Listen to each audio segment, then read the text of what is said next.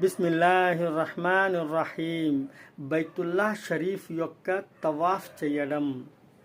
హజరత్ ఇబ్నే అబ్బాస్ రదియల్లాహు తఆలా అన్హు గారు రివాయత్ చేస్తున్నారు. దీని సారాంశం ఇలా ఉన్నది. మహాప్రవక్త సల్లల్లాహు అలైహి వసల్లం గారు ఇలా ప్రవచిస్తున్నారు: ఎవరైతే బైతుల్లా షరీఫ్ యొక్క 50 తవాఫులు చేస్తారో వాళ్ళ పాపాలు క్షమింపబడతాయి మరియు వాళ్ళు ఇలా పవిత్రులవుతారు. ఎలా అంటే తల్లి కడుపులో నుంచి ఇప్పుడే పుట్టిన పసిబిడ్డలా ఉంటారు, పసిబిడ్డలా అవుతారు. అందుచేత సోదరులారా, ప్రతి హాజీ బైతుల్లా షరీఫ్కు 50 తవాఫులు చేసేవాళ్ళు కావాలని అల్లా సుబ్హానహు వ తఆలాతో వేడుకుందాము. ఆమీన్.